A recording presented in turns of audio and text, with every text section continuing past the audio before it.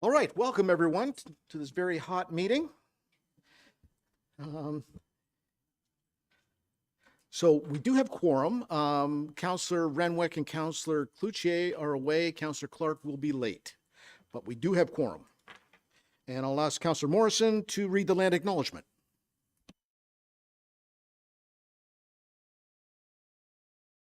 Thank you, Chair Stone.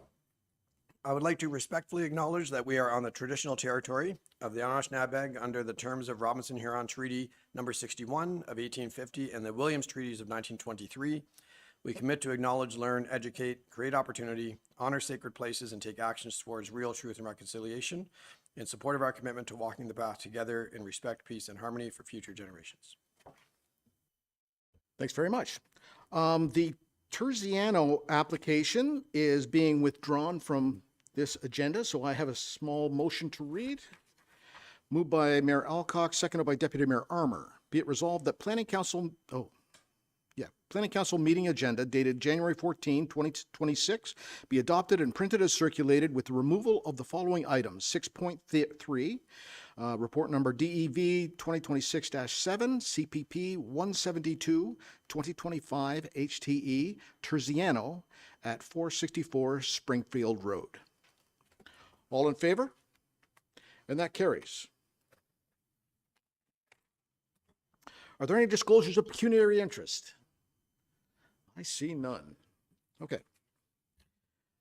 I'd like to welcome everyone to the public portion of the meeting to consider applications to amend the Community Planning Permit Bylaw 2022-97 pursuant to Section 34 of the Planning Act.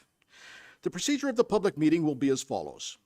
A brief explanation of the purpose and effect of the application and any correspondence received to date will be given by staff. The applicant or the representative will be asked to provide any additional comments without repeating the information already outlined by staff. Any members of the public present in person or electronically will then be permitted to ask questions or provide comments respecting the applications. Council will then have the opportunity to question the applicant, the planner, or anyone giving presentation. Once the public meeting is concluded and the input is received, the proposed amendments will be considered by council. Any persons making representation are requested to first state their name and mailing address, and please note the presentations are limited to 10 minutes. It's important to note that should council approve any bylaw amendment applications this afternoon, the applicant, the municipality, and certain specified persons and public bodies as defined by the Planning Act may appeal the decision. During the 20-day appeal period, which commences on the date on which notice of council's decision is provided, no building permits may be issued or other work commenced. If you wish to be notified of the passage of a bylaw, any appeals, or possible Ontario Land Tribunal hearings, you must first file either with the recording secretary or with the clerk a written request for notification prior to the passage of the proposed bylaw. Respecting community planning permit applications, it's important to note that a council decision on such applications may only be appealed by the applicant themselves. Each notice of complete application and public meeting included an explanation of the purpose and effect of the proposed amendment, and notice was required to be posted at the subject lands.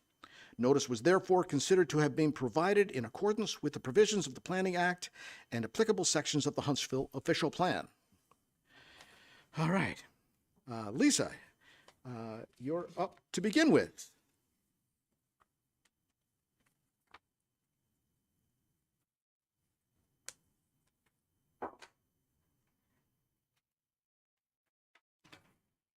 Whenever you're ready. Thank you, Chair Stone, and through you, the subject property for this application is 265 East Wasiosa Lake Road. The property is within the rural designation in the official plan and the rural RU precinct in the community planning permit bylaw, with Coldwater Stream and Natural Constraint 2 overlays indicating steep slopes. The property is accessed via East Wasiosa Lake Road, which is a year-round municipally maintained rural collector road.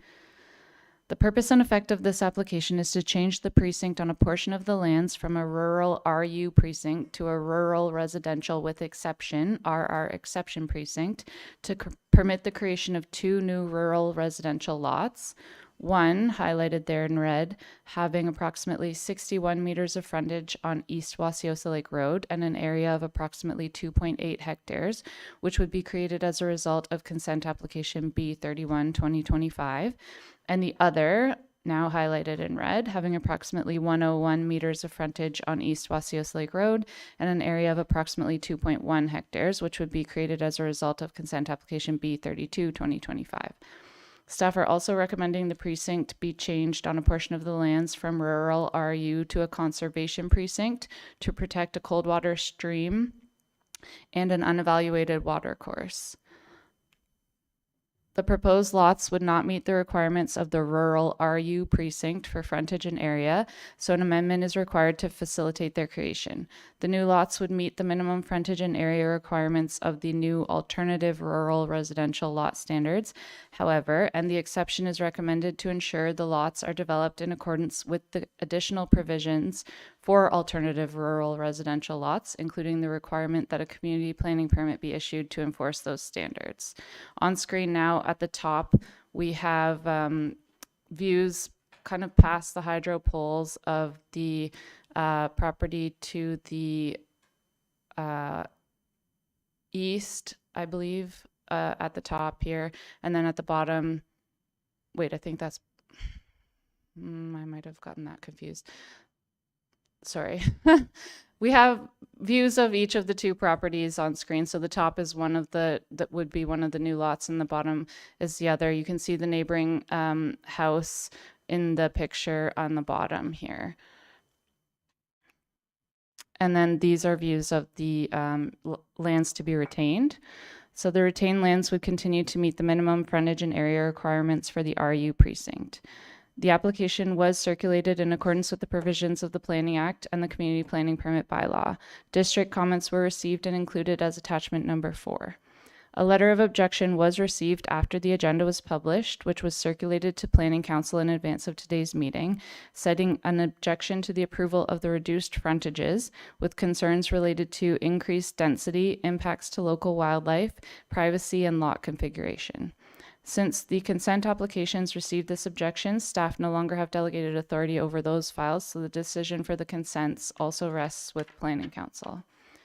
Given the analysis of the town's policy and the proposal, the application appears to conform with the official plan and the provincial planning statement, and as such, staff are recommending approval. I would be happy to answer any questions you may have.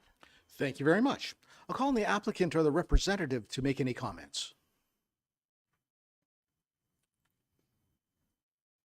Good morning, sir.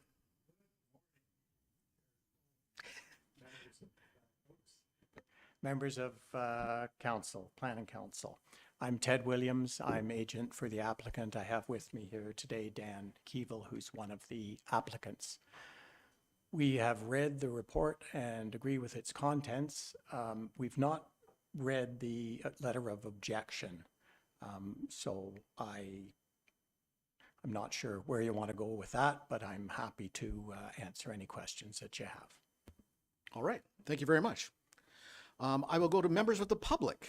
If anyone here in person would like to speak to this, nobody's jumping up. Anyone online that would like to speak to it would need to raise your electronic hand.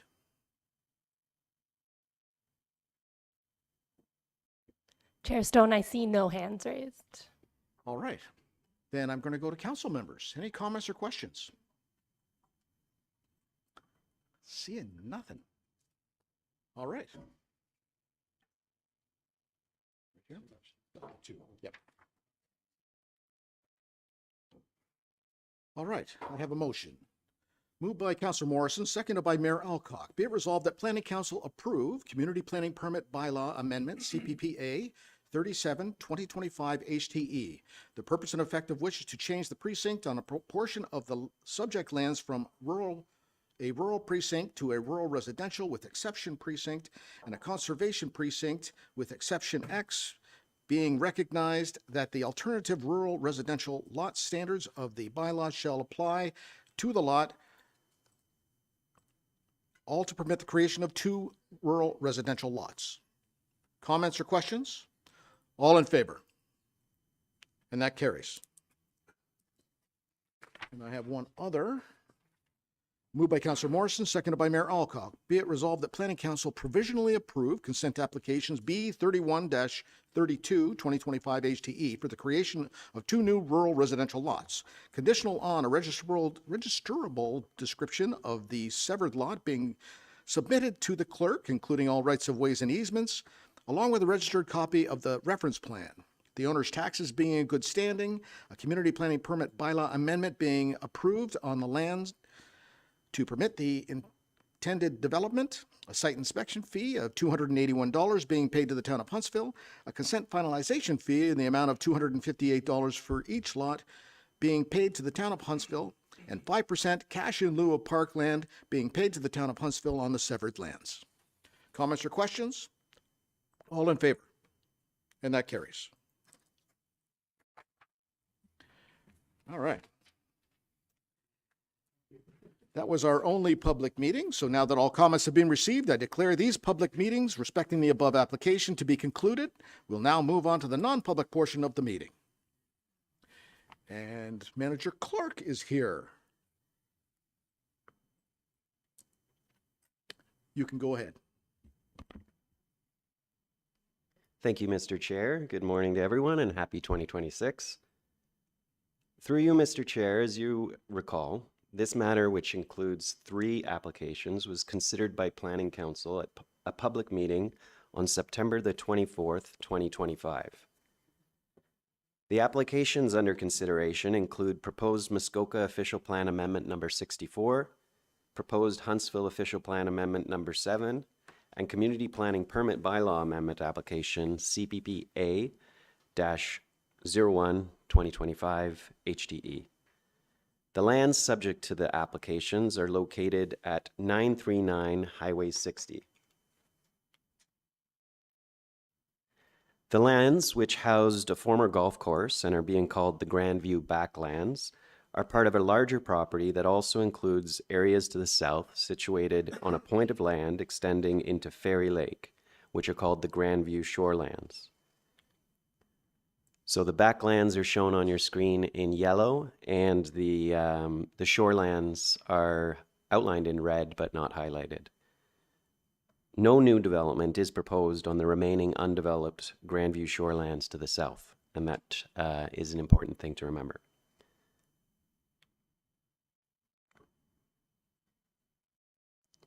And I went too fast. The Grandview Backlands have an approximate area of 16.07 hectares, with approximately 475 meters of frontage on Highway 60, 545 meters of frontage on Grandview Drive, 100 meters of frontage on Cookson Bay Crescent, and 375 meters of frontage on Fairy Lake in Cookson Bay. The lands are within the Hidden Valley Recreational Lifestyle and Resort area in the Muskoka and Huntsville official plans. The lands are also designated Resort Commercial in the Huntsville official plan. Under the Community Planning Permit Bylaw, the lands are within the Open Space Precinct and contain Natural Constraint 1 and 2 overlays. Additionally, the lands contain previous site-specific zoning exception 03-1140, and that's an open space precinct that was in place to allow the previous golf course. As you'll recall, the applicant is proposing a residential development consisting of a maximum of 110 residential units, being a mix of bungalow and 2-story townhouse dwelling units on 3 recreational resort residential blocks. Also proposed are 2 resort commercial blocks. The proposed development will be serviced by Grandview Drive, Highway 60, and a new private road, and include a conservation block, a block for a pump station, and 3 open space blocks to house green space and a stormwater management facility. On screen is an updated concept and overall density plan that the developer created to illustrate the proposed development. And this plan has been modified since you last saw it, and I know Mr. Simon, who's here representing the applicants, intends to walk you through the changes to that plan, so I won't steal his thunder. And he's got great slides to show you those changes. For now, yeah, I talked it up. Sorry. For now, I'll just point out that the plan has been modified slightly to address comments and concerns raised to date, but fundamentally, the low-profile townhouse development design, where blocks are surrounded by ample green space and protected natural areas, and where commercial areas continue to be incorporated, but towards the intersection of Highway 60 and Grandview Drive, those things still remain the same. As you'll recall, the lands are unique in Huntsville as they require development to maintain a balanced mix of resort commercial and resort residential uses, and that's a 50-50 mix that's required.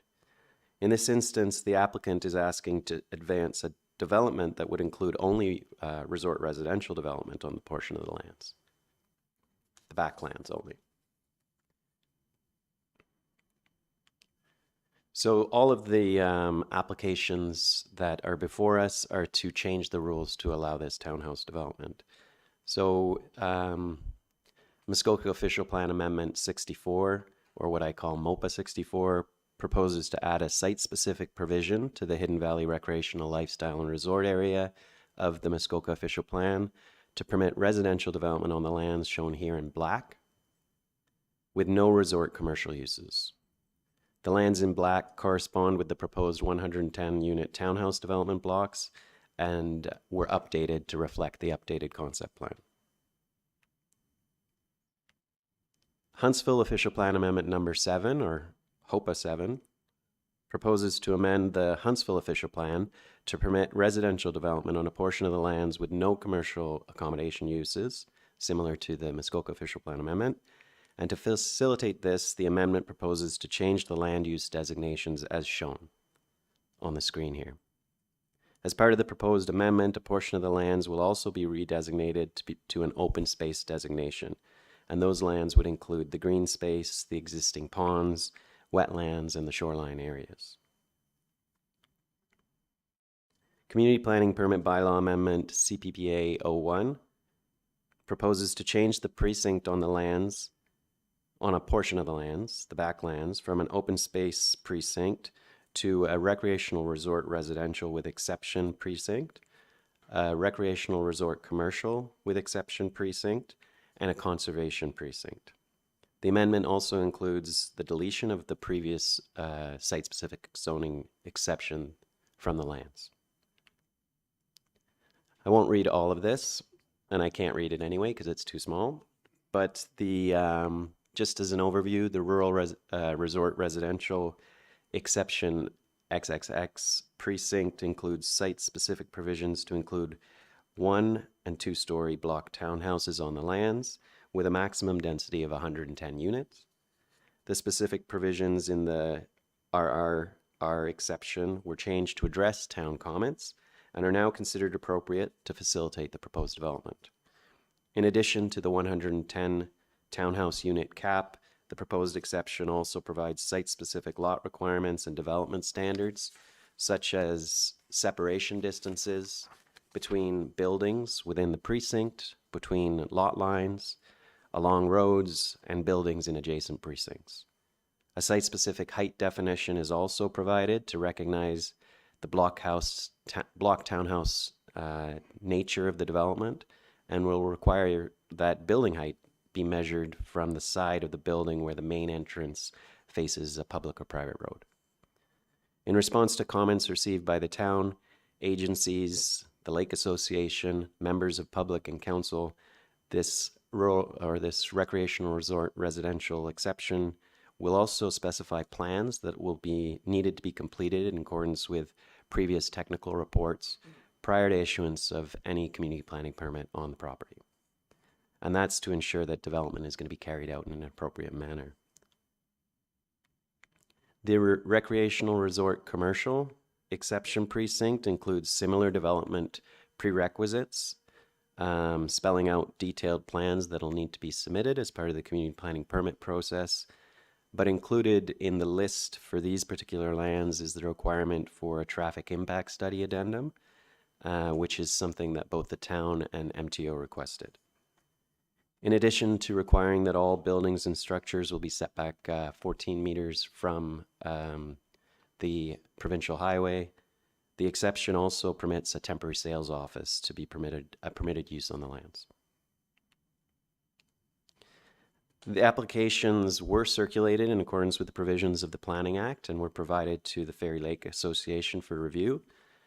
The applicant hosted 2 open house events to inform members of the public about the proposal and obtain their feedback. Also, as previously noted, there was a public meeting on September 24th, 2025, and members of the public attended this meeting and provided written and oral comments for council's consideration, and council has also provided comments to the applicant at that meeting. Primary issues identified by commenters requiring further consideration included trail and park design and construction timing, landform conservation and tree retention, appropriate overall site density, development on the Grandview shorelands, potential shoreline development in general, Grandview Drive conditions and resurfacing timing, and general design and development controls. Based on the responses provided to comments, which are included in attachments to the report, and based on staff's ongoing review respecting the above noted issues, it's staff opinion that there are no further concerns with the applications at this time. With the staff recommended site-specific provisions imposed to ensure development will occur appropriately, staff note that the proposed development would appear to conform to the intent of the Huntsville official plan and be consistent with the provincial planning statement. As such, staff has no objection to the District of Muskoka approving the MOPA 64, and we recommend adoption and approval of HOPA 7 and Community Planning Permit Bylaw Application CPPA 01. And I'm here to answer any questions you have. Thanks for listening. Thanks very much. Call on the applicant to make any comments and show us some fancy slides.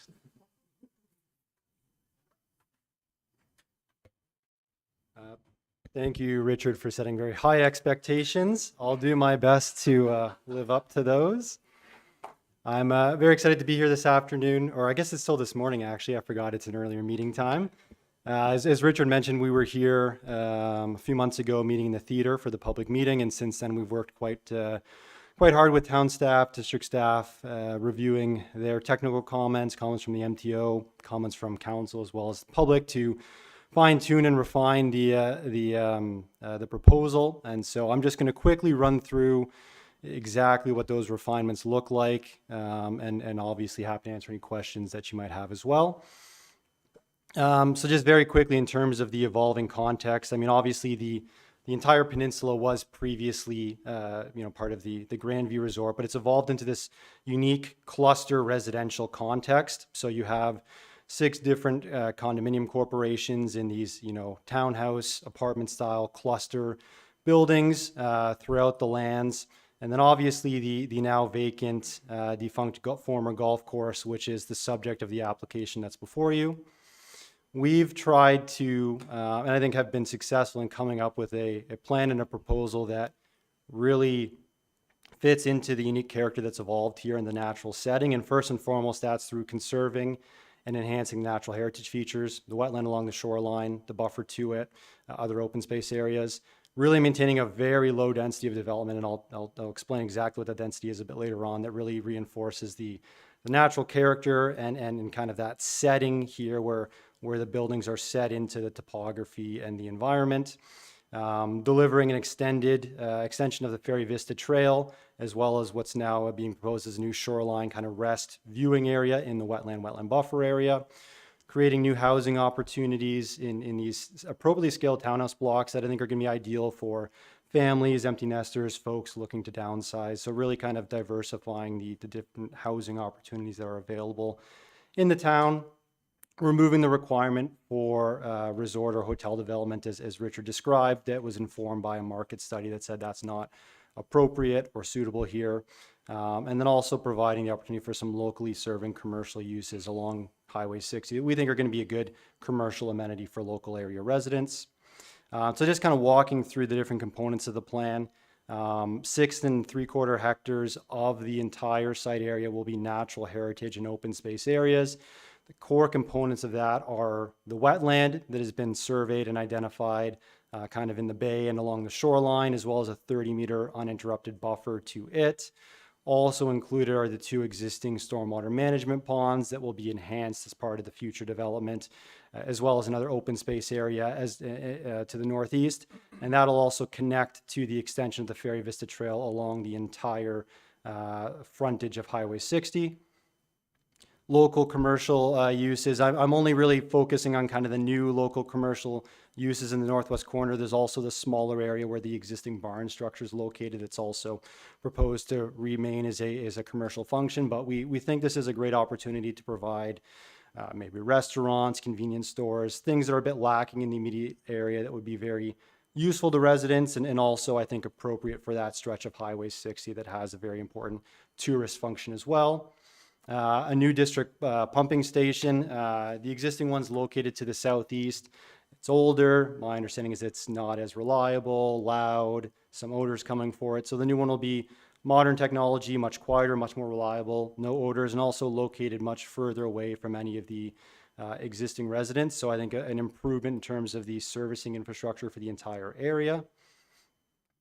The residential component, a maximum of 110 units, as Richard mentioned, in bungalow and 2 style townhouse blocks. And this maintains that cluster character where you have blocks of townhouses or apartments, townhouses in this case, which allow the spaces outside of those blocks to be preserved for landscaping and natural heritage. So it allows kind of the density, that's a very low density, be clustered in these blocks, and then you have the spaces in between and around them that are available for landscaping to really beef up that natural setting that I mentioned.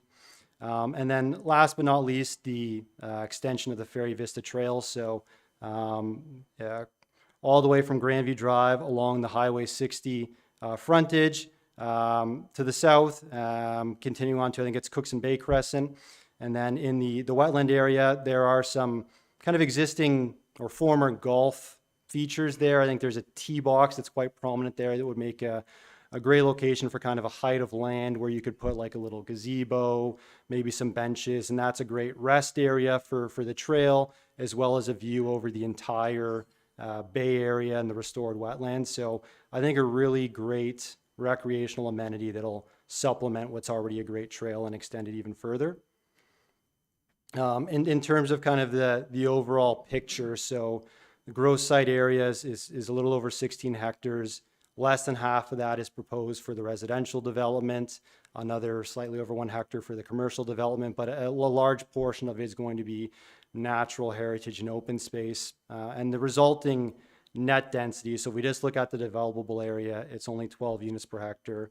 If we look at the entire area, it's not even 7 units per hectare. And for context, the town's target for density in the urban area is 17 units per hectare, and the minimum requirement is 15 units per hectare. So this is well below that. And I would suggest that a proposal like this would likely not be supportable in the urban area, but it is unique for this area because it's not in the urban area. It's the Hidden Valley Lifestyle Resort area. It's a different character. It's a different context. And again, we've worked really hard not to try to maximize density here, but to come up with something that is appropriate and fits into this unique character and context. And I think we've been successful in that. In terms of updates from when we last met with you, one of the updates that we've made is we were previously proposing a parkland block kind of in this area of the site. Some of the feedback we received from town staff is it's perhaps not an ideal location for a park because it's a bit removed from the rest of the town. And so instead what we did is we focused our attention on the extension of Ferry Vista Trail. And so now the parkland dedication requirement for the development is proposed to go to land and infrastructure for the trail as well as the viewing area. We think that's a much more appropriate and suitable use of the parkland dedication requirement in this case. Even though we removed the park, which measured, I believe was about 1 acre in size, we haven't changed the residential density at all. So all it means is that there's more space to accommodate the 110 units without any increase. In this case, in the concept plan, we removed a unit that was down here, or a block that was down here, to where the parkland block was located. So now we have more separation from the existing development to the southeast. So I think it's a positive change and kind of better targeting of kind of what is going to be useful for the area in terms of open space resources. We've also identified that rest viewing areas I mentioned. And then we've also prepared an overall density plan for the entire Grandview Peninsula, which was a request of the members of the public in the public meeting. And so just to quickly walk through that, I mentioned there are 6 existing condominium corporations that have a total of 189 units. That's located on about 9.5 hectares of land for a density of about 19.6 units per hectare. The proposal that's before you again is 110 units, very low density, not even 7 units per gross hectare. And then there are also 2 additional parcels of land at the south that are zoned for development that are also owned by the applicant, which aren't before you right now. And what we did is we basically looked at what could happen there in terms of the zoning permissions, but also what's required in terms of setbacks and other requirements. So in this case, the conceptual plan proposes 73 units. The zoning permits a maximum of 106 units, but that's just kind of an absolute maximum. In addition to that, you also have a 30-meter shoreline setback requirement. You have additional setback requirements that are reflected by these dashed yellow lines that show where the buildings would have to go. There's only a maximum lot coverage limit of 20%. So I would suggest it'd be very hard to achieve that maximum unit count number, which is why the proposed conceptually is much lower. And in addition to that, any shoreline amenity area for that future block would need to be in line with the existing dock facilities. So there'd be no other encroachment into that shoreline buffer area. So this is just to give an idea of what's permitted, what could happen in the future. But again, there's nothing proposed as of right now for these blocks. The application that's before council is for, I think what's been called the backlands. It's a bit of a working title. We'll see what the ultimate kind of marketing name is, but that's what's before you right now. So in all, the entire peninsula, potentially 372 units, and the resulting overall density, if you incorporate both the proposal today and those 2 additional parcels, is about 19.2 units per net hectare, which is still lower than what that existing density is if you look at where the existing development is. So again, I think we've done a good job coming up with a compatible, low density, natural feature forward development proposal here. Commend staff for working with us to get to this point, and council as well. And I would be happy to answer any questions that you might have about the application. All right, thanks very much. And they were fancy slides. Thank you. I'm glad it lived up to expectation. Thank you. Before I go to council, I just have a quick question. So I like the viewing area. I think that's wonderful for the public and the several hundred people that are coming there. But what about the shoreline amenity area? I'm sure several hundred people, they're looking at the water, they might want to go to it. Where might they access the water? So if anything, if those future blocks, if and when those are developed, I mentioned that there could potentially be a shoreline amenity area on that block behind where the existing docks are. So it's possible maybe there could be a shared facilities agreement to use that or existing facilities, but the entire shoreline of this proposal is natural heritage. So nothing can happen there as part of this land, as part of this proposal. Thanks for that clarification. Council members, comments or questions? Mayor Alcock. Thank you, Chair Stone, and thank you so much for the presentation. Indeed, great slides. First, just a couple of comments, and I do have a question. One, I really appreciate that you did provide additional information on the remaining lands. That clearly was one of the biggest issues for all of the neighbors in the area. And I'm one who really sees this application separately from what will come at a later date. And I have absolutely no doubt that the future application will go through the same amount of rigor that this application went through. So I'm pleased you provided that information. The second thing is I'm really happy to see the upgrade to the existing infrastructure, really important item. And so that will be good for a lot of things. And that the maximum number of units is capped at 110. I'm really happy about the change. I have no problem about removing the 1 hectare or whatever it was for the park, given the emphasis on the lookout. And I know exactly where you're referring to, and I think that will be unique.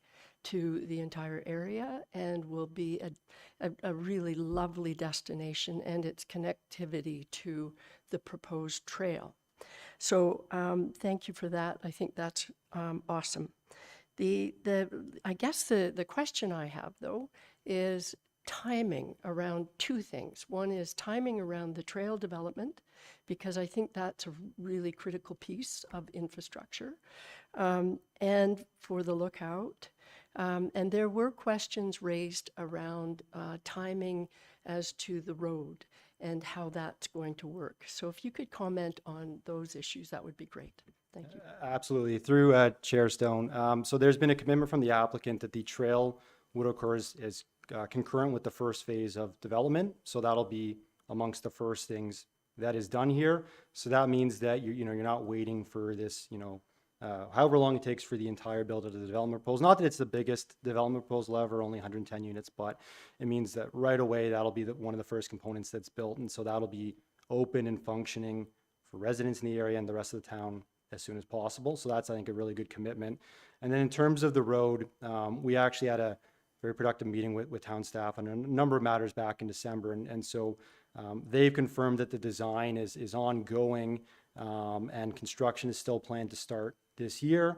And what the plan is to ensure that there is no impact from this development is that essentially what will happen is the improvements for the intersection, and Richard, please correct me if I'm wrong, the improvements for Grandview Drive will start 20, 30, 40 meters or so in from the 50 meters in from the intersection with Highway 60. In that existing part, there will be kind of a construction access point to the development lands so that construction trucks are not traveling up and down the new portion of the road. There will be no damage to the new portion of the road. And so essentially all the construction access will occur on the development site, which is certainly large enough to accommodate that. So there also will be minimal interference of kind of with vehicular traffic further down Grandview Drive. They're going to the other condo corps or whatever. So a very practical solution that staff have come up with, and we're certainly very happy with that approach. Just a quick, Yeah. thank you for that. And that actually was in the note, but it's nice to hear it reiterated so I understand completely. I said it before during the public meeting, I think this is a great development. Thank you. Deputy Mayor Armour. Thanks, Chair Stone. The trail system you're talking about going along Highway 60 there, I guess I have a couple of questions on that. Have you already got approval from the MTO to put that trail that close to the highway? And the second part, is it going to be maintained in a natural state or is it going to be paved, et cetera? Starting with the second part through Chair Stone. So the intent is it'll be consistent with the town standard trail design, which is an asphalt paved trail. I don't know the standard width, probably around 2.5 meters or something along those lines. So, and that's, I think, also the case with the existing Ferry Vista Trail. So it'll be kind of a seamless integration with that. In terms of MTO approval, generally what they're concerned with are buildings and structures, environments. So it'll be given over to the town and then town owned and maintained environments. So it'll be given over to the town and then town owned and maintained from then on. As a follow-up to that, I'm hoping there will be additional plantings along that trail as well, right against the highway. Is that true? Certainly one of the requirements of the future applications that Richard mentioned in the bylaw, there's a list of additional requirements, and two of those are, I think one's called like a trail plan, one's called an offsite enhancement plan. So as part of the detailed design of that, landscaping, things like that are going to be considerations that go into that. And then obviously the design of the trail will need to be to the satisfaction of the town. So I certainly expect that's something that is going to be. I like that phrase. That's excellent. All right. Councillor Schumacher. Just a comment, really. Yeah, I was big on the natural environment piece, and I really appreciate that you guys took a lot of those concepts and that this is going to fit very well into that environment that is there, and I'm very happy with that. Also, most recently, a picture of the barn was posted on Facebook, so I'm sure everybody will be happy to hear that that is staying as a good commercial use. I know a lot of people really love that barn, so good to hear. Councillor Clark. Yeah, thanks, Chair Stone. And I just wondered will these builds have a monthly, like a condo fee or a maintenance fee associated with them? Through Chair Stone, I don't know if the proponents kind of landed on the exact tenure yet. It probably will at least be in part condo, I would think. So yes, I would think there probably will be a condominium fee for maintenance of some of the landscaping and other features there, which I think is when you're looking at a big property like this and a development site where landscaping is going to be prominent, I think having, funding available to maintain that on a kind of communal basis is a good thing. Then I'm just wondering, I understand why we're being asked to assume the trail, but I'm just wondering why some of those funds couldn't go towards maintaining the trail so that it's not all put on the town for maintenance. Just a thought. Was that a question or just a comment? Well, it's just a comment because I think we're seeing more and more applications come here with more and more things being put on us to do. So just a thought for future applications, maybe that some of those fees could be put towards things like trails and whatnot. So we're not having to be responsible for as much things. Thank you. Any other comments or questions from council? Seeing Manager Clark, go ahead. I just, through you, Mr. Chair, I just wanted to point out too that there is going to be a requirement for tree preservation. And that will be for development on either the residential blocks or the commercial blocks. And that was in direct response to comments from council about some of the really larger, older trees, needing to see how we can protect some of those. And then just in regards to the trail, the one thing about the trail is we are talking to this applicant, and as you heard today, they are willing to build the trail and convey it to us. So those are really good things for the town, really good public benefits. Of course, there will be ongoing maintenance, but I think that's, I guess we have to be considerate of the fact that they're also setting the land aside, conveying it to us, and offering to design and construct it. So those are really good things that we should be happy about, I think. All right. I have an enormous motion here. So, moved by Deputy Mayor Armour, seconded by Councillor Fitzgerald. It's exactly as it is in your agenda package, and I'm not going to read the whole thing. We'll be here till noon. All right. So, any comments or questions? All in favor? And that carries.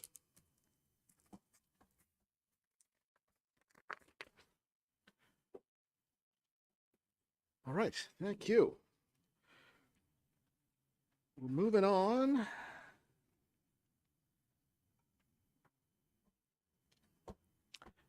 So Richard and Madeline are going to speak to the district official plan policy review. And you can go ahead whenever you're ready. Thank you. Good morning, everyone.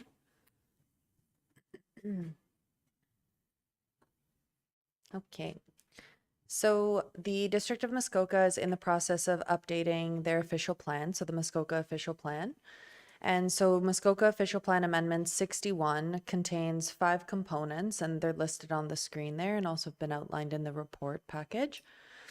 And as of current, the district has released components 3 and 4, joint due to their environmental connection.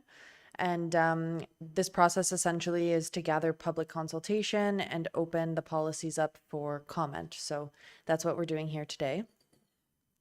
So during the review and preparation of these components, district staff consulted area municipalities on numerous occasions for feedback. Comments previously provided were addressed and considered, resulting in the minimal comments that we've included in our report after our review. The comments that we did have are included within attachment number 1 and number 2 of the report, and there for your review. These comments capture general notes and suggested edits to address Huntsville-specific considerations and current practices, ensure conformity with the provincial planning statement, and seek further clarification in some areas. And the comments also include recommended approaches and actions for resolving the edits or suggestions that we've made. Overall, where required, area municipalities will be responsible for updating their local policy documents to reflect the policy changes that are approved through District OPA 61. And for Huntsville, this may require amendments to either our official plan and or community planning permit bylaw, depending on where these policies land. So the next two slides are just the comments that staff have provided within the report package. Just due to the length, we didn't include the recommendation, but they're just here if you wanted to reference them. So respecting component 3, which is for environmental resiliency, this policy sets focus on 3 main areas, being integrated watershed management, updated flood hazard policies, and climate change initiatives. The proposed policies will include adding the updated floodplain mapping as schedules within the Muskoka official plan, along with making some other mapping amendments. Within the comments provided by staff, we just wanted to highlight the comment made regarding Brendel Square. Our comments note that currently within our official plan, we have specific considerations made for this area that we recommend be reflected in the Muskoka official plan as well. Respecting component number 4, which is lake system health policies. These policies aim to update the lake system health policies currently in the official plan that were last updated in 2019. The proposed policies reflect a standard science-based approach for all protection of water bodies within the district. The amendments transition the current policy framework to address modern environmental stressors and also note all lakes within the district to be sensitive surface water features, which is a new thing. The updates incorporate amendments that are grounded in community priorities and science-based input to further protect the watershed health through improved lake system health policies. And within our comments, staff support the proposed amendments, but just require some clarifications to certain areas as noted. And we're happy to answer any questions if you have them. All right, thank you. Mayor Alcock, go ahead. Thank you, Chair Stone, and thank you, Madeline.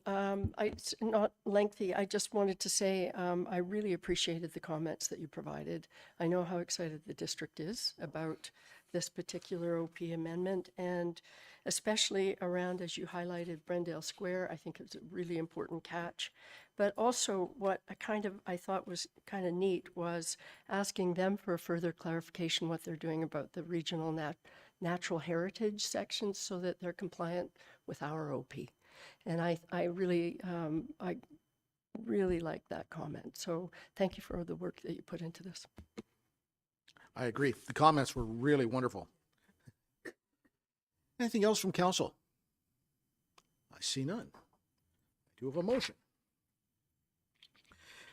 Moved by Mayor Alcock, seconded by Deputy Mayor Armour. Be it resolved that Planning Council directs staff to provide the District of Muskoka with town comments on components number 3 and number 4 of the Muskoka Official Plan, Amendment number 61, as outlined in attachments 1 and 2 to Report DEV 2026-3. And further that the Director of Development Services or designate forward a copy of the Report DEV 2026-3 to the District of Muskoka for their consideration respecting components number 3 and 4 of the Muskoka Official Plan Amendment number 61. Comments or questions? All in favor? And that carries. All right. Madeline's back up. Oh, you're still here. Silver Street, go ahead. Thank you. Through you, Mr. Chair, the subject property is located at 11 Silver Street. The lot is designated residential within Huntsville's urban settlement area in the official plan and is under the urban residential low precinct in the community planning permit bylaw. An application has been submitted for the creation of one new urban residential lot. The severed lot, shown in green on the screen, would have an area of approximately 470 square meters with 23.5 meters of frontage on Silver Street. And this is the portion of Silver Street running east and west. And the retained lot, shown in orange, would have an approximate area of 690 square meters with 20 meters of frontage on the portion of Silver Street running north and south. It should be noted that no changes to the precinct are proposed or required for the creation of the severed lot. The consent would be conditional on the following as listed in the screen and contained within the report package. As objections were received respecting this application, Planning Council has now become the approval authority. And it should be noted that with respect to Condition 7 and Condition 8, that the owners requested the option of installing a vegetated buffer and or a privacy fence rather than just a vegetated buffer. So that's just a small change that's been made. The subject lands are under the urban residential low precinct, which requires new lots to have a minimum area of 465 square meters and a lot frontage of 15 meters. In this instance, both the severed and retained lots will meet and exceed the area and frontage requirements. And further, to facilitate the proposed severance, the existing detached garage will need to be removed due to the location of the proposed property line. And the existing dwelling will remain in compliance with the bylaw once the new lot line is established. So that garage is just shown in the top right corner, and it's this one right here.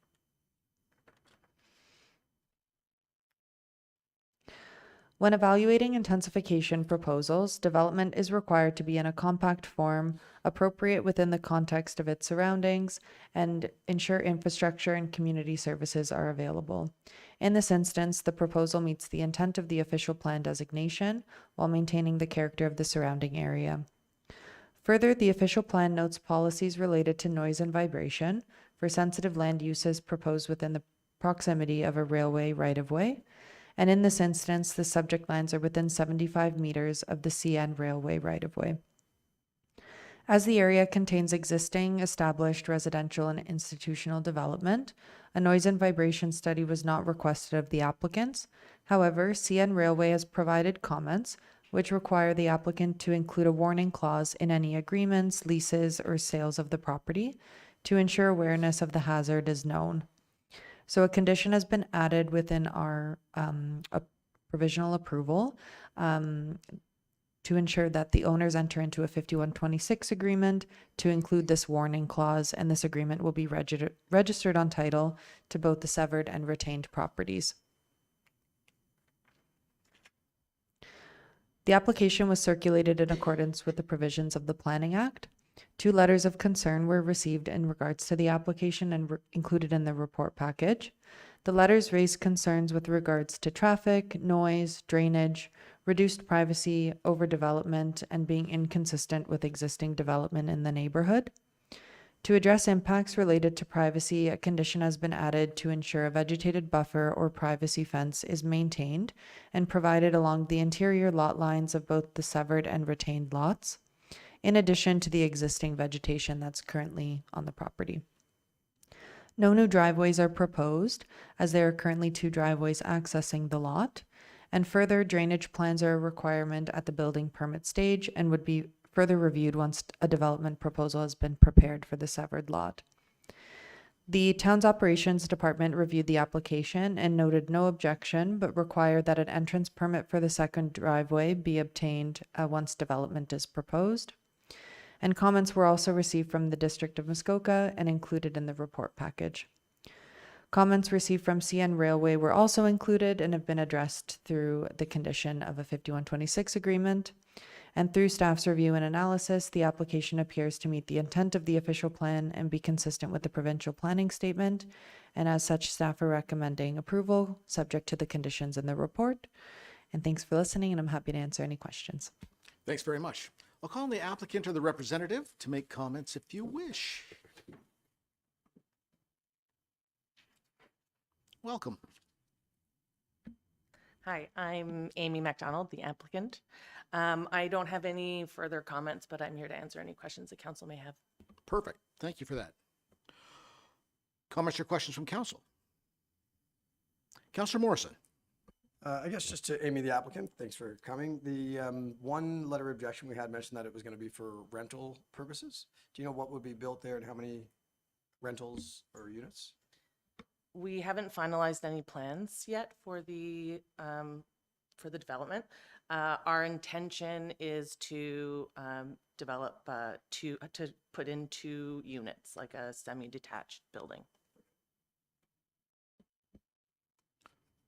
All right. Madeline alluded to the fact that we have a small change to the motion that is in the package to include the words fence to the buffer and/or privacy fence. Anyways, so I have a motion to amend, and we'll look at that first. Moved by Mayor Alcock, seconded by Councillor Morrison. Be it resolved that conditions 7 and 8 be struck out and the following be inserted in its place. The owner entering into and registering on title an agreement with the town of Huntsville pursuant to section 5126 of the Planning Act RSO 1990 as amended to implement the warning clause requested from CN Railway and ensure a vegetative buffer and/or privacy fence is maintained along the rear and interior lot lines. And number 8, the owners installing and maintaining a vegetative buffer and/or privacy fence along the interior property lines of both the severed and retained lot and the rear lot line of the severed lot to the satisfaction of the town of Huntsville. Any comments or questions on this amendment? All in favor? And that carries. And with that, the main motion as amended. All in favor? And that carries as well.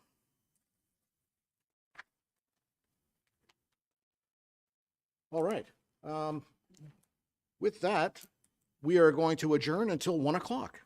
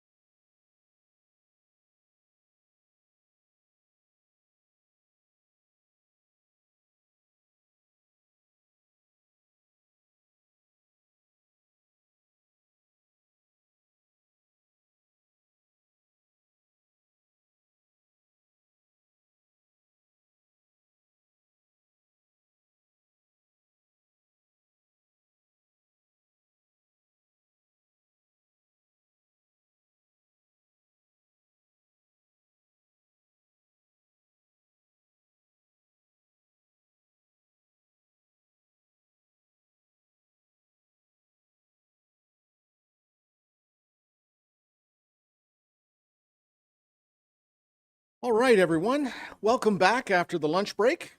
So our planning council meeting is now reconvened. And Lisa is going to speak to the next two applications. The Vernon Shores application first.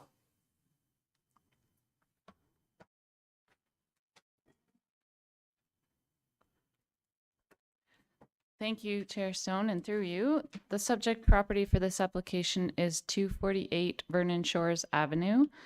The property is within the waterfront designation in the official plan and the waterfront backlot WB precinct in the community planning permit bylaw with natural constraints overlay 2 indicating stratum 2 deer wintering habitat, which covers the entire property and areas of steep slopes. The property is accessed by Vernon Shores Avenue, which is a year-round municipally maintained local road in this portion of the road. The purpose and effect of this application is to permit the construction of a 71 meter square, one-story detached garage, so that's highlighted in red there, and to recognize an existing 23.8 meter square private cabin, which is shown there in red, and to provide the following reliefs. Permit a garage to be located closer to the front lot line than the dwelling. Permit development within a natural heritage feature or area, being stratum 2 deer wintering habitat. Recognize an existing private cabin as a discretionary use on the lot, and reduce the minimum required exterior side yard setback from 7 meters to 3.9 meters for the existing private cabin. In my report, I incorrectly stated that there was an existing 23.7 meter square garage to be removed.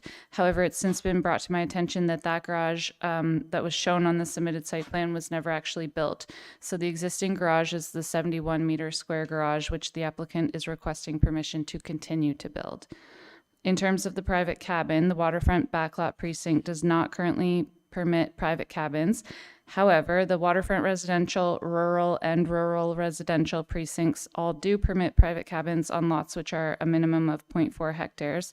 So staff feel this is an oversight which can be addressed in a future housekeeping amendment to the CPP bylaw. In the meantime, staff are recommending the private cabin be approved as a discretionary use in this case.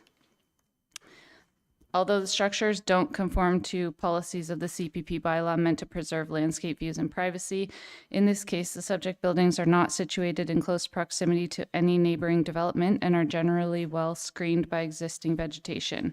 While the entire property does consist of stratum 2 deer wintering habitat, as previously noted, the majority of the lands are expected to retain existing vegetation in support of the deer population. This application was circulated in accordance with the provisions of the Planning Act and the Community Planning Permit Bylaw. No objections have been received. Given the analysis of the town's policy and the proposal, the application appears to conform with the intent of the official plan, is consistent with the provincial planning statement, and meets the applicable criteria for approval under the CPP bylaw. As such, staff are recommending the application be approved, and I would be happy to answer any questions you may have. All right, thanks, Lisa. I'll call on the applicant or representative if they wish to speak. Perfect. For those listening online, if the applicant's here to answer any questions we might have. So council members, any comments or questions? All right, that's a good thing. All right, this motion is exactly as it shows in the agenda package, and it's quite lengthy, so I won't read it. I will ask the question. All those in favor? And that carries.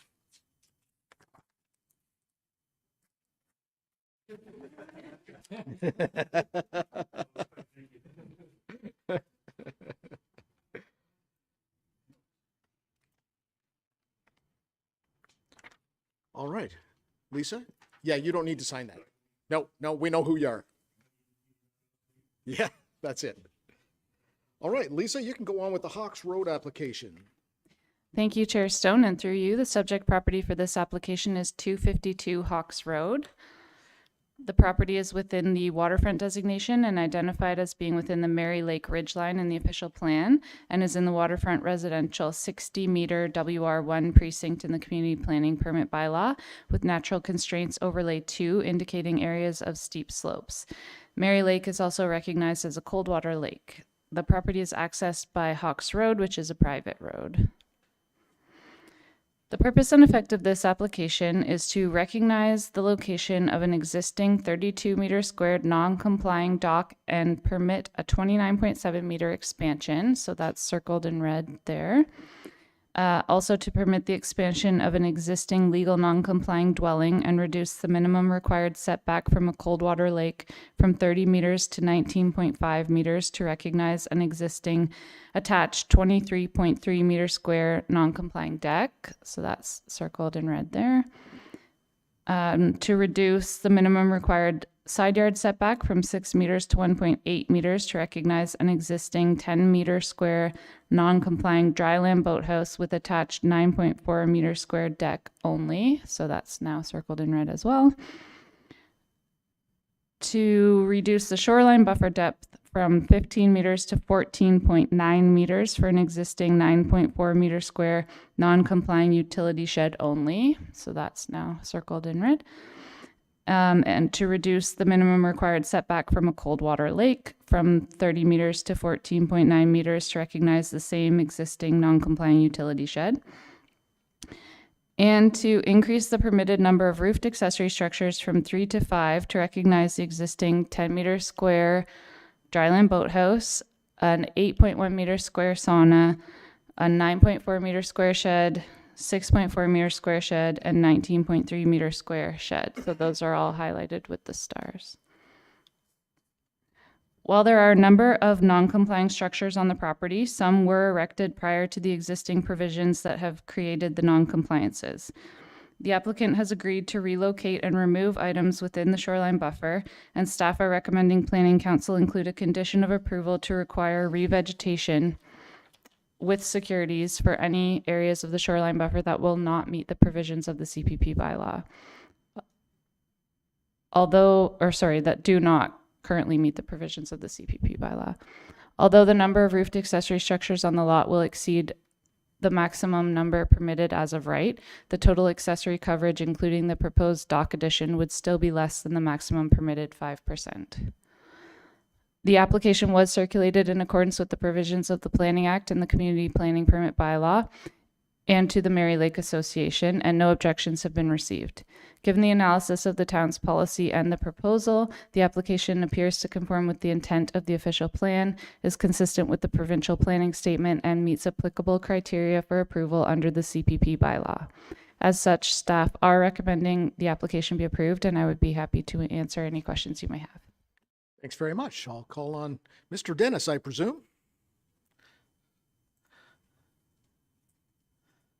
Good afternoon. Afternoon. Chair Stone, Committee, Lanny Dennis Planning, Box 254, Novar, Ontario, P0A1R0. I represent the owners. I appreciate the efforts of staff bringing the application forward. I had a chance to review the report and listen to the presentation. I think it accurately reflects the proposal. We worked extensively with staff before bringing the application forward for committee's consideration. Really, the proposal, when you look at everything that's on here, the proposal really is triggered by the additional dock extension, 29.7 square meters, and to recognize those existing structures that Lisa had pointed out. So just the merits, I believe, is we relocated the sauna just to sort of provide a bit more detail in terms of what the planner had indicated. We relocated the sauna from the front yard to in behind the dwelling. We removed the fire pit. We'll be relocating the canoe rack and remove the lattice work, all to the view of improving the visual aesthetics of the frontage of the property. They're all low-profile structures. I think the site is generally well vegetated from the neighbors and from the shoreline, albeit there'll be some additional planting required from those areas that were previously had been disturbed. As noted by the planner, with respect to the roofed accessory structures, the lot coverage is 3.6% for accessory structures, and we're well under the 5% that's permitted. The new dock, as part of this, does comply with all the existing performance standards. There's the 3 roof structures. I'll go back to that point. They're located behind the main dwelling. So again, sort of we have more, but they're not loaded up on the frontage of the property. I think it generally reflects the character of the area. I think with respect to the, having to do the revegetation plan as well as the removed and relocated built form from the front of the property, there'll be an overall net benefit for the lands. So hopefully, committee will approve the application. Thanks. Thanks very much. Council, comments or questions? Nope, nothing. All right. So I do have another lengthy motion moved by Councillor Schumacher, seconded by Councillor Clark. It's exactly as it's shown in the agenda package, so I won't read it, but I will ask the question. All those in favor? And that carries. All right.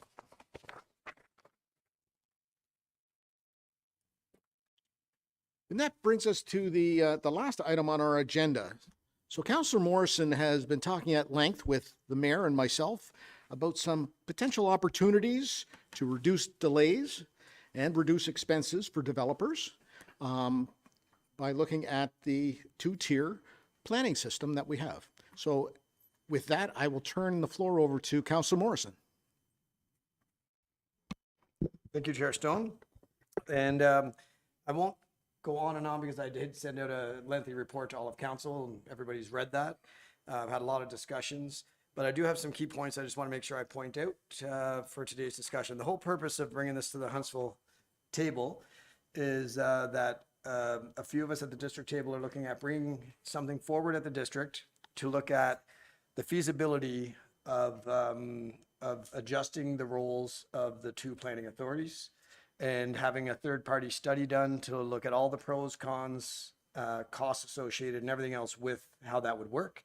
And I felt because we are the representatives for Huntsville at the district table, I thought it'd be prudent for us to have a discussion here to see if it's even something that this council would even want us to discuss.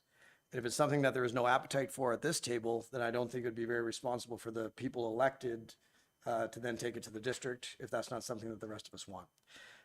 The first point I want to make out is this is not about staffing at all.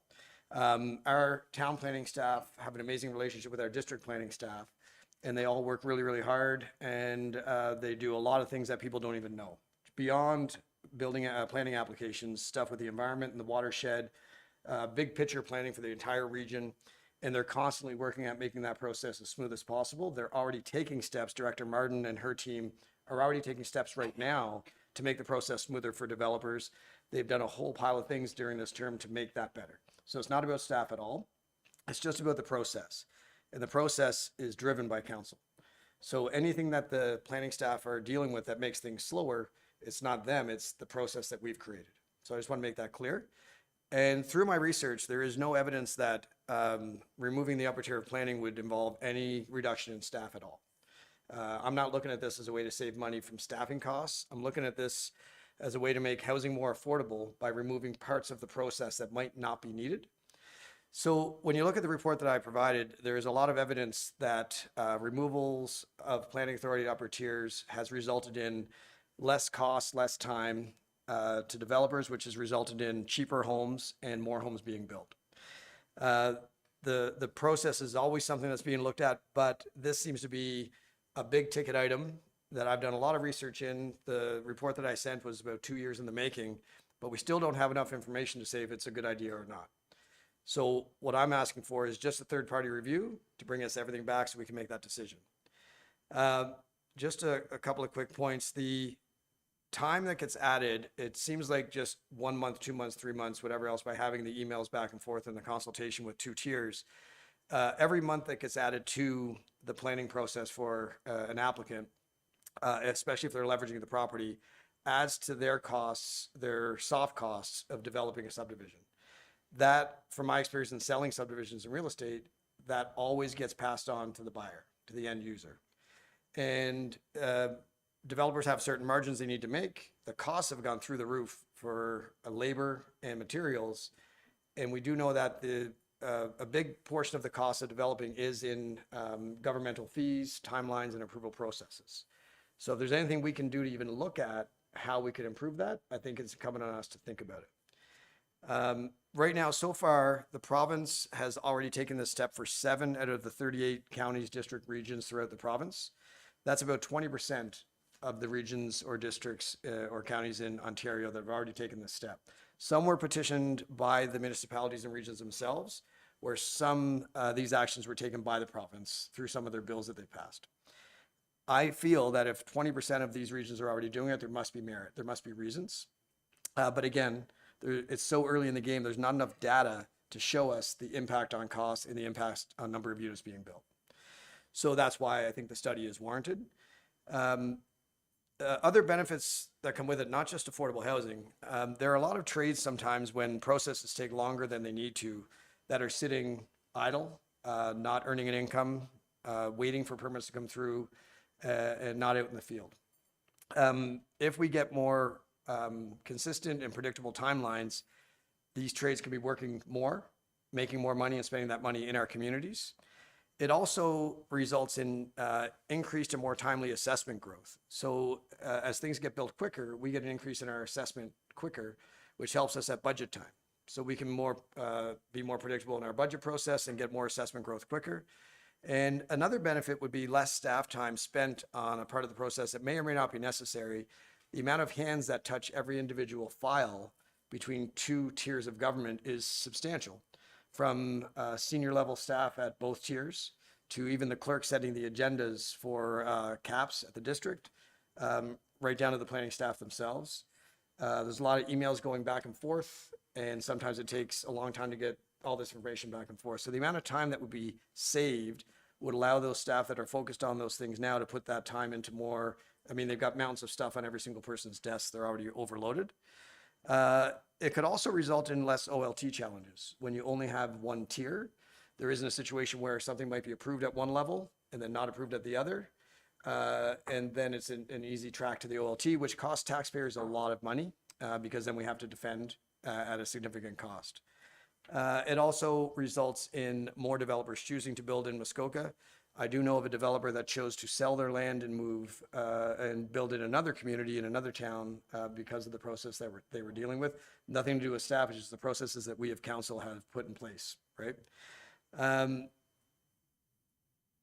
The only thing to really mention then is the CD Howe analysis of housing barriers estimate that regulatory and approval related costs add tens of thousands of dollars to the cost of a home. And CMHC had similar findings and found that government fees and approval frictions make up a significant portion of the end price of new homes. So the data is there on that end. And municipal benchmarking shows that shorter end-to-end timelines are associated with higher volumes of building activity and more consistent delivery. The one thing I do want to come out of it, it's not all rosy. Out of this review, I want all of the cons to come out as well. What are the stuff we need to think about? It's not as simple as saying, hey, let's just get rid of the upper tier. There is a significant impact on our staff. And do we have the means to do it? There's smaller municipalities out of the 6 municipalities that make up Muskoka that may not want to take this on. So that's something we have to discuss. There are grants through the province that help with transitional and training costs if we did go down this road.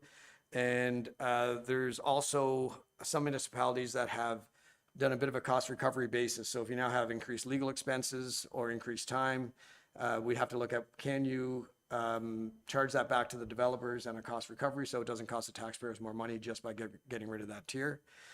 The other thing to really consider is the stuff that the district does right now that I don't think could be taken away is the watershed, environmental stuff that needs to be done, I think, on a regional basis. So it's consistent throughout our region so we protect our environment.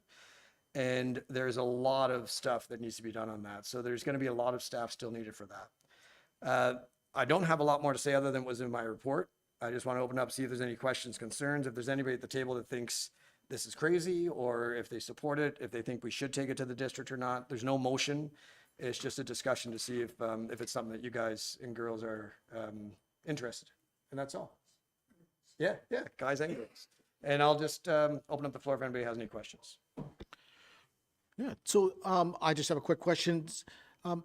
With the review that you're suggesting, is there desire or opportunity to ask for help with the province? They've already done this for several municipalities.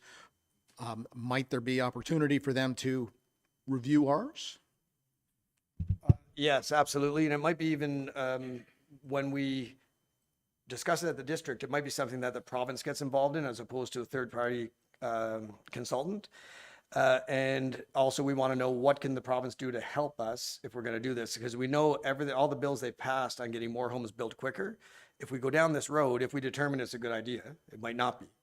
If we go down this road, it will be helping them meet their goals and their initiatives. So I would think there'd be a desire on the behalf of the province. I do know from talking to Graydon a little bit that there might be.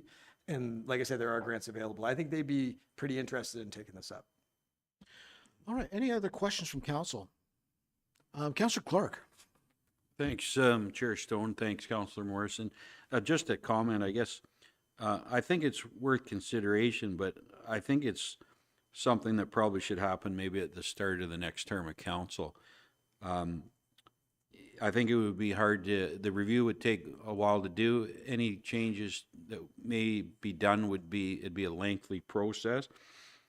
And I think that council, there's a real chance that council, the faces here may be different than the faces here right now. And I think it'd be more fair to allow the next council to make a decision on whether or not to do the review and then make a decision about changes. That's my thoughts.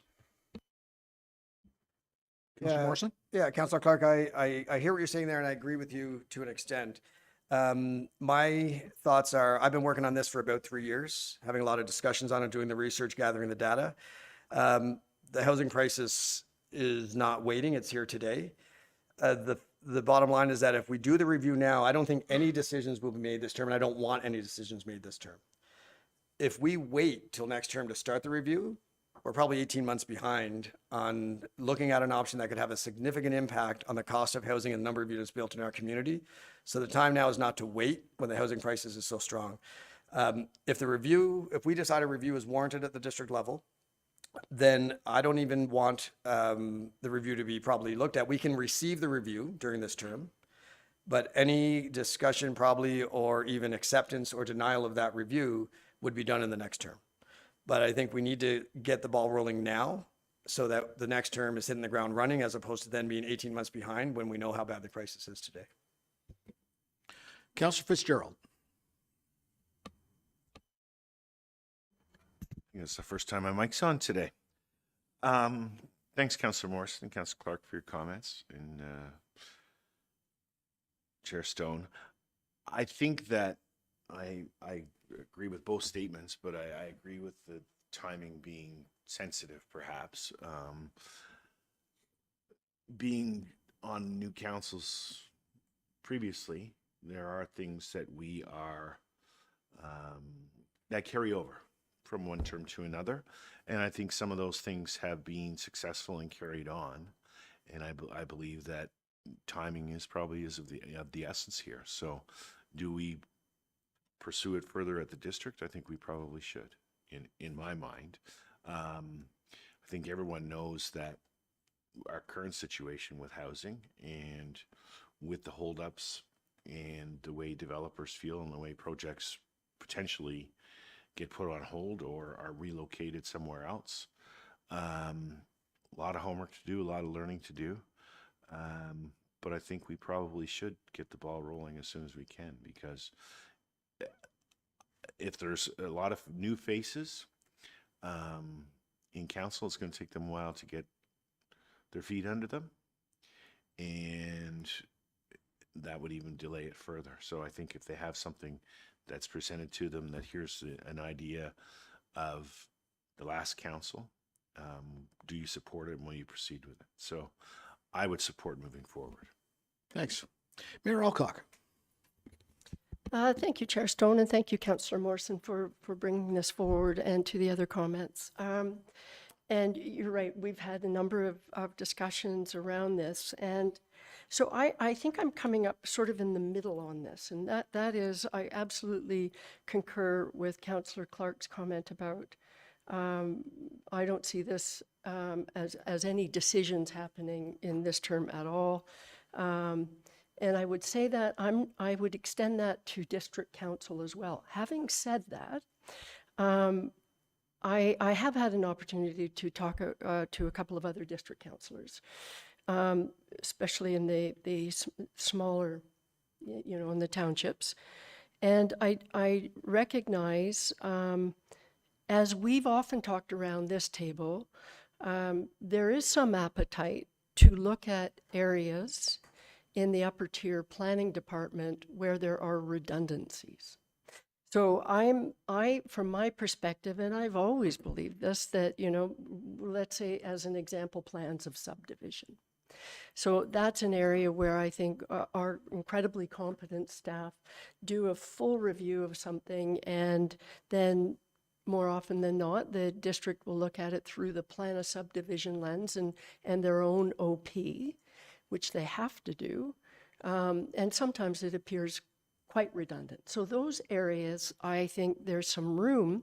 And in a discussion with Chair Lehman, this is where I would support a discussion at the district table, because there has more recently been some progress between the district planning staff and the lower tier planning staff, and they're looking at doing a pilot with the town of Gravenhurst with specific reference to plans of subdivisions and quite possibly condominium approvals.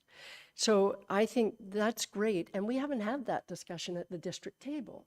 So I think that absolutely having that discussion about what areas are we talking about, because from my perspective, and you've already said this, that is, the district plays an absolutely essential role in areas around integrated watershed management, other climate change initiatives, other areas where for the most part we are not staffed as well in the lower tier, and it has to be looked at through a regional lens. And we've talked about infrastructure, all of that, which ideally sits with the upper tier. I would also say on infrastructure, that's where we've actually had a lot of our bottlenecks and our issues around who does what.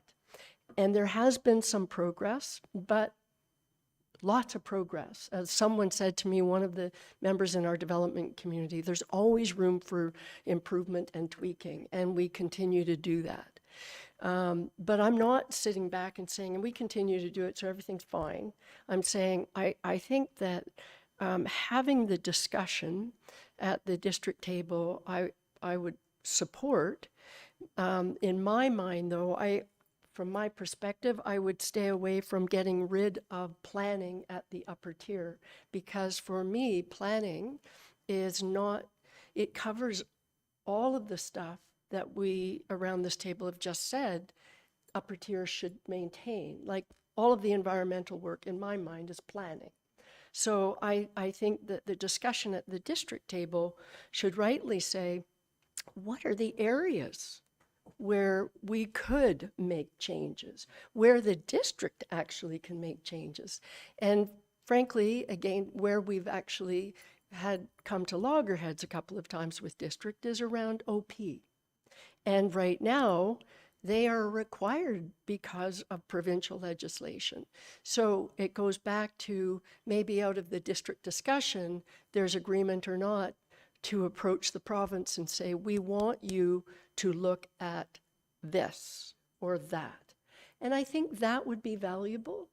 So that I would absolutely support. But I, as I said, I'm going to repeat this. I would personally stay away from saying getting rid of the upper tier planning, because I don't believe that. I think there's still a very strong role for the upper tier planning. Not all of it, but, elements of it. So I think from that perspective, I'm supportive of the discussion at the district table. Deputy Mayor Armour. Thanks, Chair Stone. Without repeating a lot of stuff, I sort of agree with the discussion at district table. It's like shopping for insurance, every now and then you got to shop your insurance cost to see if we can get it cheaper someplace else. So this could be shopping just to see if there is places where we can fix it or make things better. But I noticed in the report there that you give us that you talk about quite large regions like, Halton and Niagara, Simcoe County. They're huge compared to us of 22,000. So that's probably where I'm a little bit on the fence on it, thinking, are we able and capable of doing the job correctly? Not that we couldn't do the job, but doing it correctly and having the right people around the table to make those big decisions on these big subdivisions. But when it comes down to having the conversation or shopping around to see if there is ways to make it better, I can't say I disagree with that. I think that's a good thing, always.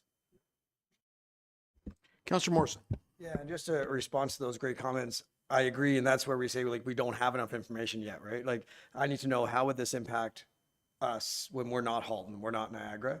It might be easier for us because we don't have as many big, massive applications that like they do. It might be harder, you know, because we have more staffing constraints and whatnot. But I think that's very valid, and that leads me to believe why we really need this review.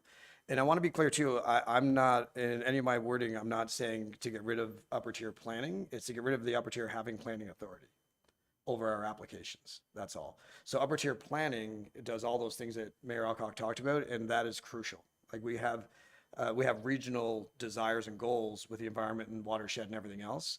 And that's not something that I would want to download to lower tiers because it might not be consistent. And we know what the public wants and what we want as council. So yeah, never would I want to get rid of upper tier planning, just the upper tier having planning authority. And I think the discussion at the district might not be just about, hey, let's do this review. It might be, hey, this hybrid model might be working okay. Let's look at that. Let's look at getting the province to get involved in the OP discussion. It's just about having a broader discussion, but not limiting it to certain things and involving the potential that this might be an option. So that's the goal. Councillor Schumacher. Yeah, not to reiterate, I'm totally in favor of let's have the discussion. And I think I guess my question though is to your point, if we go down this road, it's not going to impact like taxpayer and whatever we're looking at grants, possibly is the option to fund this if you're going to a consultant outside, correct? Correct. My goal is that when we get all this information back, and if the information goes back and all the data analysis shows, especially when we talk to our planning staff, if it ends up not making sense financially and it's going to be a big burden on the taxpayer, then no. We want affordable housing, but at what cost, right? We have to be careful. So it's a balance for sure. Deputy Mayor Armour. Thanks, Chair Stone. This is just a comment. You know what? I think you said something about you could turn the cost back to the buyer, right? So right now, the developer builds something, costs them, if it charges $30,000 extra per home for the planning stages, he would put that back onto the burden on the purchaser. How would you know that would still, the price would actually drop that much? I guess maybe I'm just thinking out loud. I don't know. Yeah, I mean, there's never any guarantee, right? It might just go right into profits for the developer. But developers love to work on a volume basis. The more homes they sold, the more trades are working. And when the price is the most attractive, that's when they sell the most homes. That's been my experience with developers. I mean, I remember selling subdivisions where development charges go up $5,000. Well, then I have to change my listing prices because they need to make so much. If they go down, they can be more competitive with their pricing and sell more units.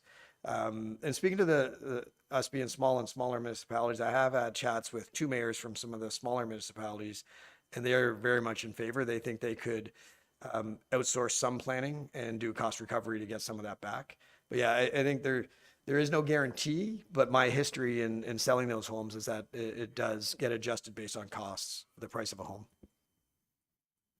Mayor Alcock. Just my last comment, and I thank you. Again, I am supportive of the discussion at the district table. Just given the last comment, you know, more information is always a good thing. But I also want to note too that I think that I don't want to have an exercise, whatever it looks like, whatever it is, that puts any burden on our planning staff at this point. So we've got a whole bunch that's going on, and I personally I don't want any of their attention to be diverted to this.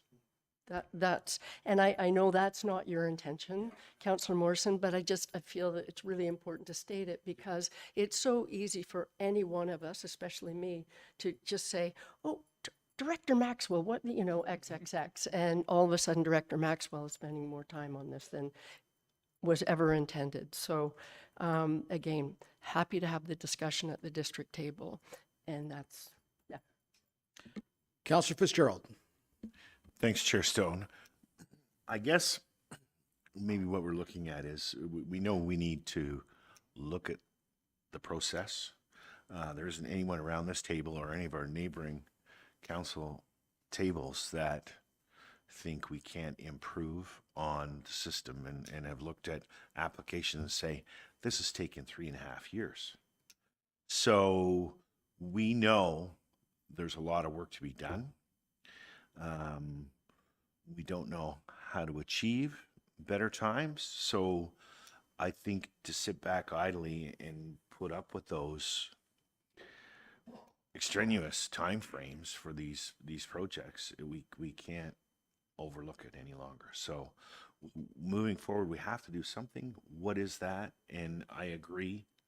How much time does staff have? So I think more homework's required for us, probably individually, reaching out to these smaller communities and to the province and having discussions with our neighboring communities about what do you want to see? How do you think we can improve this? Because we need a plan to move forward, but we definitely need to move forward and do something about the current process.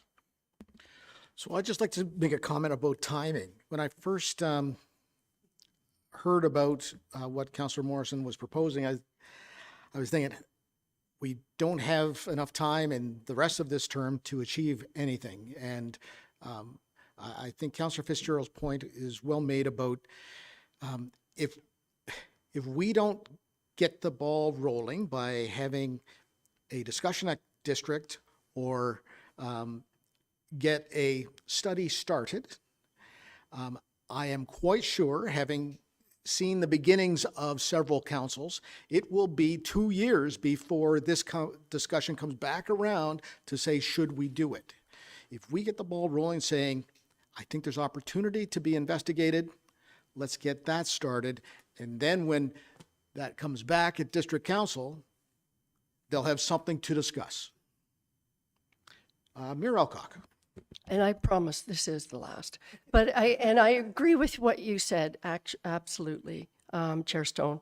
But I also wanted to say what I really agree with Councillor Fitzgerald's comment. In fact, I think that would be one way to frame the question at the district. We know that we have issues around the length of time it takes to get a development application through. Why? Why is this? And if it goes to there's overlap, or we can save here or there or whatever, then that's where it goes. But I love that as the intro question. So I think that you hit the nail on the head. Fitzgerald. Councilor Fitzgerald. Just, I want to be sure of one thing, that our staff knows that we're not criticizing their work. We support the great work they do here. And that for the most part, we believe it's the upper tier of government that is mostly the holdup on these projects. So thanks to the planning staff. So if there's no other questions from council, I'll give Councillor Morrison the final word. Yeah, I just want to close with, this is the discussion I was hoping for, just we all ran on housing. I think everybody in all of Muskoka ran on housing and they want to improve it. So this shows that we're all still on the same page. We always have been. Any discussions I've had have been like that. But I want to point out, Mayor Alcock is saying what is it, and we know there's issues. We need to point out that our local planning staff and the district planning staff are constantly working on it. Like, it's not like they have their head in the sand and they're like, oh, well, the time is the time.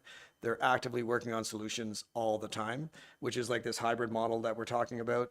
They care about this, and it's not that they don't. And there are many other regions and towns where the time takes a lot longer than it does here.